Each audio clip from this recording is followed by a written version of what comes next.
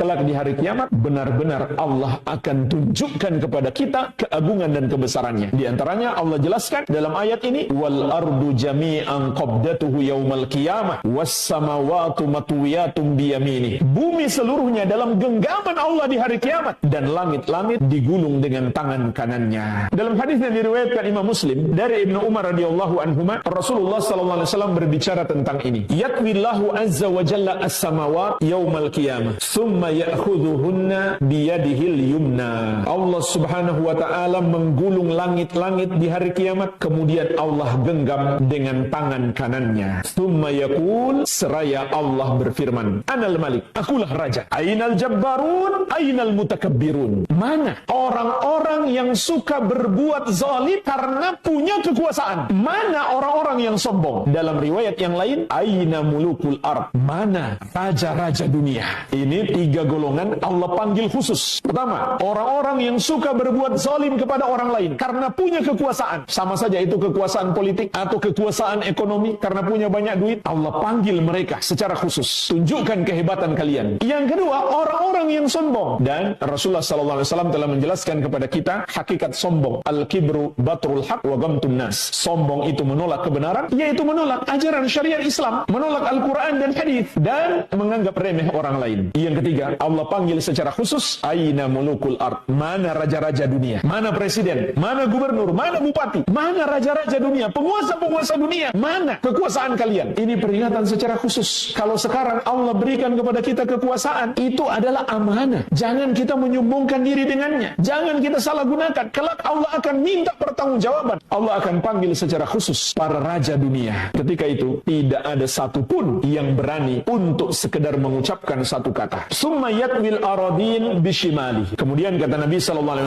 Allah menggulung bumi dengan tangan kirinya. Summa yaqul, seraya berfirman, Anal Malik, ainal jabbarun, ainal mutakabbirun. Akulah raja. Mana orang-orang yang suka berbuat semena-mena? Mana orang-orang yang sombong? Dalam riwayat yang lain, aina mulukul ard, mana raja-raja dunia? Pemimpin yang zalim kelak akan dimintai pertanggungjawaban secara khusus oleh Allah. Makanya Nabi SAW pernah mengingatkan kita, innakum satahrisuna alal imarah wa satakunu nadamah yaumal qiyamah. Sesungguhnya kalian akan sangat rakus terhadap jabatan, padahal itu akan menjadi penyesalan di hari kiamat. Rasulullah SAW juga bersabda, ma min abdin yastar'ihillahu ra'iyya yamutu yawma yamutu wa huwa ghashun li ra'iyatihi illa harramallahu alaihil jannah. Tidaklah seorang hamba yang Allah angkat menjadi pemimpin masyarakatnya, kemudian dia mati, pada hari dia matinya dia berlaku curang kepada masyarakatnya, kecuali Allah akan haramkan atasnya surga. Al-Amwah, menemani ibadahmu juga hijrahmu.